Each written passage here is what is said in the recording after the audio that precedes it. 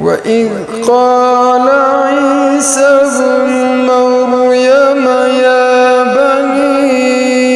إسرائيل إني رسول الله إليكم مصدقا لما بين يدي من التوراة ومبشرا برسول يأتي من بعد اسمه أحمد فلما جاءهم بالبينات قالوا هذا سحر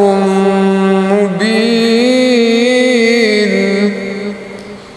اور یاد کیجئے جب عیسیٰ ابن مریم علیہ السلام نے کہا اے بنی اسرائیل بے شک میں تمہاری طرف اللہ کا رسول ہوں، تصدیق کرنے والا ہوں اپنے سے پہلے آنے والی کتاب تورات کی اور اس عظمت والے رسول صلی اللہ علیہ وسلم کی خوشخبری دینے والا ہوں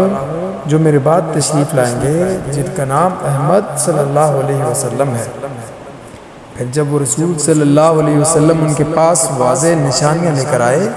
وہ کہنے لگے یہ تو کھلا جادو ہے۔